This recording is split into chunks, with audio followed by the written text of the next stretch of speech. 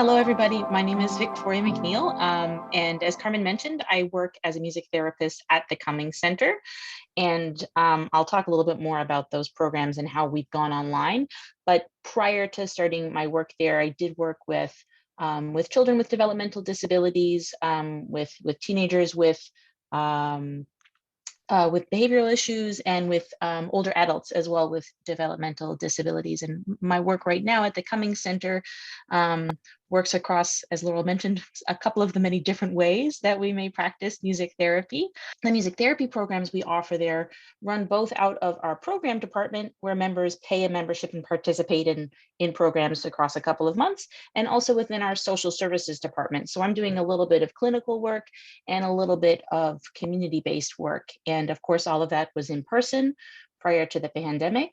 And when we last March got sent to work from home, I was trying to think of how we were going to do this, because I worked with some very isolated seniors who really relied on the center, not just for music therapy, but also for physical rehab, for a huge amount of their social health. We have a big cafeteria where people come and spend time. So there was this big kind of piece that was missing. So initially we went into kind of crisis mode, just trying to make sure people were okay and had their groceries.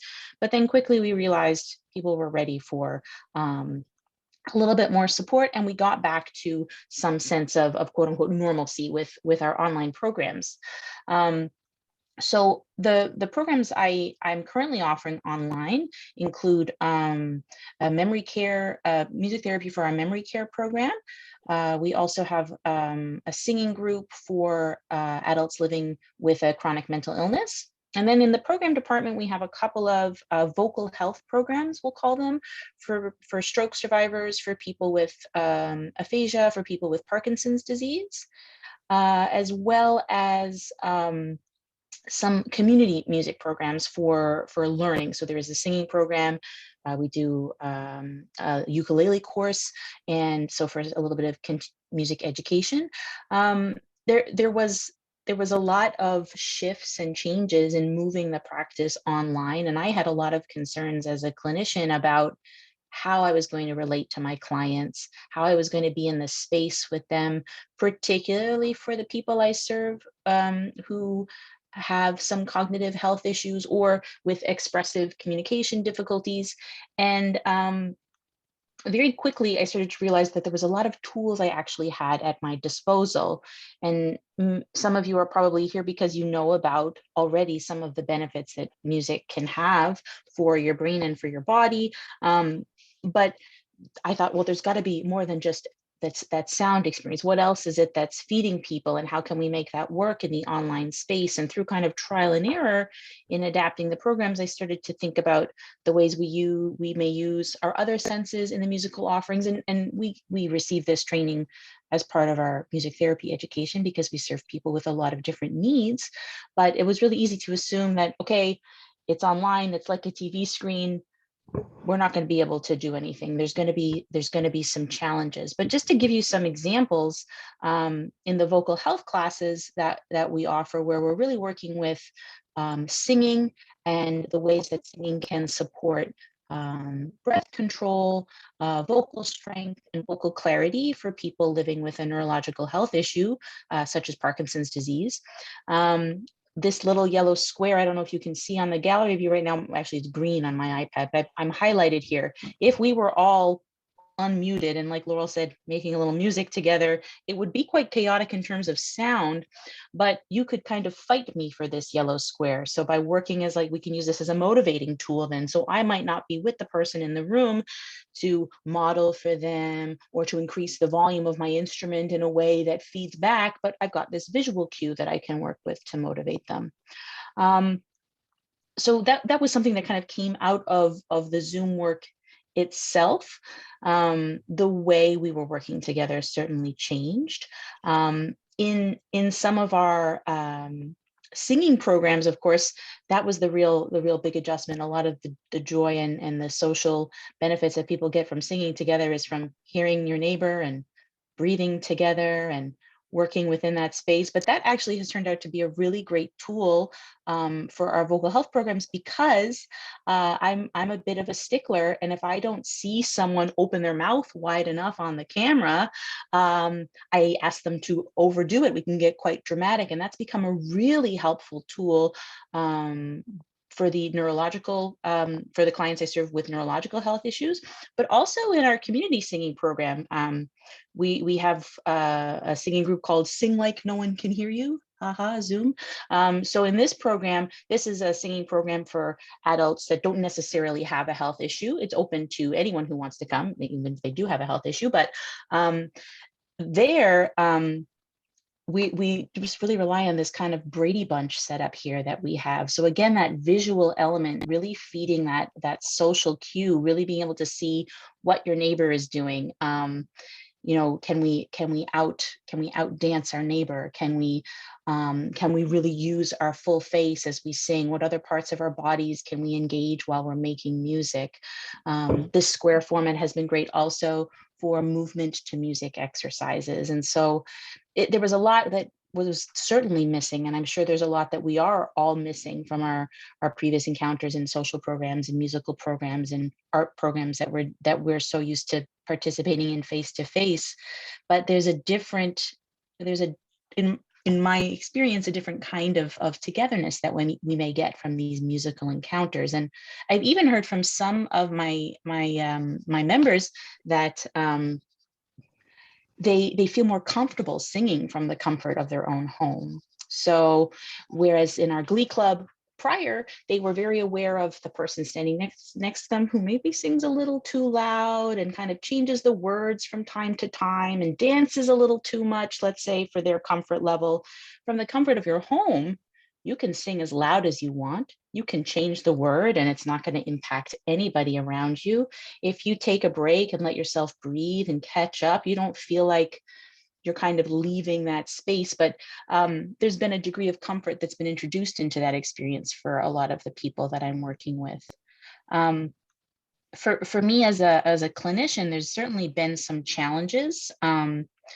I had my biggest concerns were in the dementia care program, just because prior to the pandemic, I would come into a day program. Our guests would come for 4 or 5 hours, and I would provide an hour of music therapy as part of their day. So I'd wheel my cart in, I'd sit at the keyboard, I'd bring out my instruments, and then I'd leave them to it, and our wonderful rec therapy and social work staff would take care of the rest. But now we were in people's homes, and caregivers are in the space and learning really about how we work for the first time, which has turned into a really beautiful, rich experience.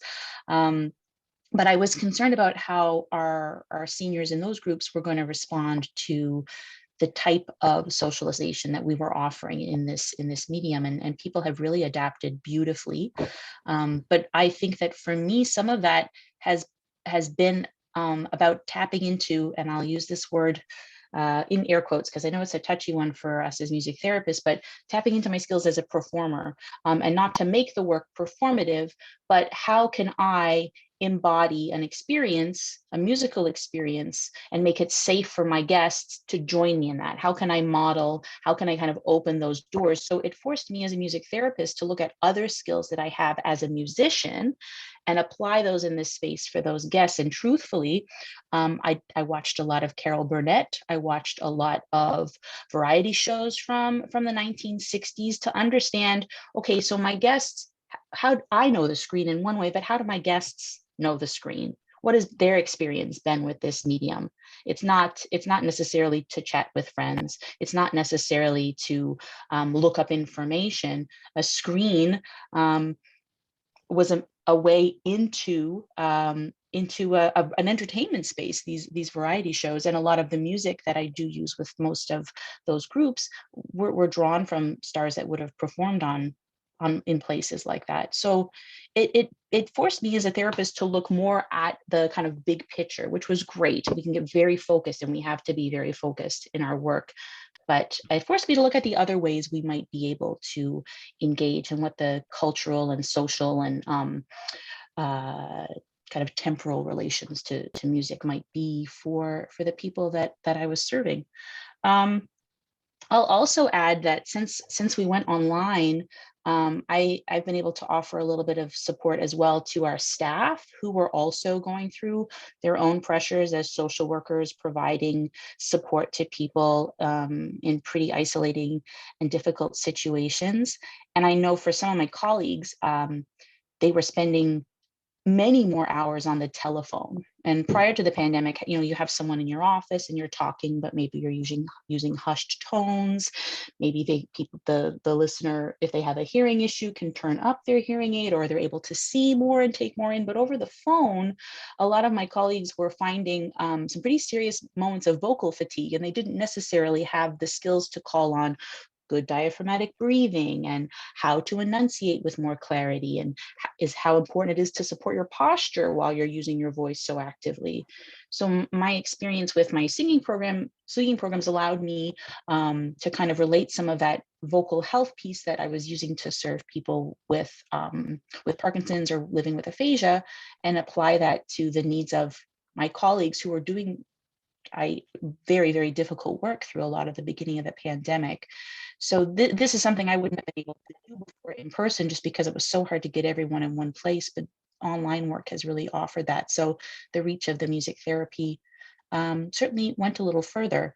Um, I I think that there's just been a great lesson in flexibility for me as a therapist, both in how I use music, the type of music I use, what my expectations are in terms of goal setting, and like I mentioned, calling on those kind of multi-sensory encounters. How can we use music and use this technology as part of our practice? Because I know for us at the Cummings Center, we're going to a hybrid model. So this online format, and I think for a lot of people, it's going to be here to stay. So this research that Laurel has done with Benjamin and with Ben and Julia, excuse me, is going to be really, really important. And how we experience the world and our connections is going to really shift through all of this, which I find very, very exciting. 1.5 years later. At the beginning, I might not have said that, but now it feels like a great opportunity, if I can say that.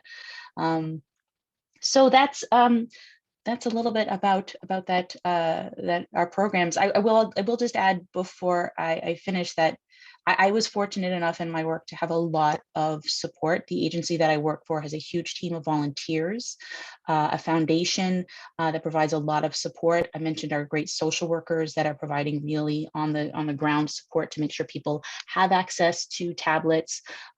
Federation CJA did a lot of work getting devices into people's homes who didn't have them, providing them with internet access, which is not the case for everyone. So this is a big hurdle. A lot of the people that I'm able to serve, I'm only able to reach because of that groundwork and because of that support that was provided. It's not automatic. It's not necessarily there. So that was a really key part of being able to practically make that transition online. So that's it. Yeah.